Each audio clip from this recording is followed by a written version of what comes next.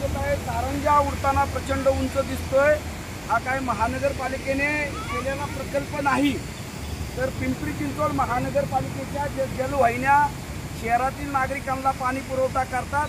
ही समोर आपल्याला जलवाहिनी दिसते। ही जलवाहिनी ज्या आहेत ह्या जलवाहिन्या पिंपरी चिंचवडकरांना या जलवाहिनीच्या द्वारे पाणी पुरवठा होतो।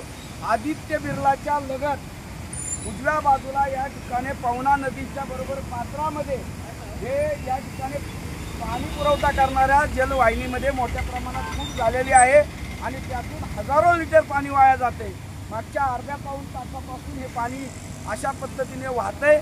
पिंपरी चिंचवड महानगरपालिकेचा आयुक्त किंवा पाणी पुरवठा विभागाच्या अधिकाऱ्यांचं याच्याकडे पूर्ण दुर्लक्ष आहे आणि हजारो लिटर पिण्याचं हे स्वच्छ पाणी वाया जाते।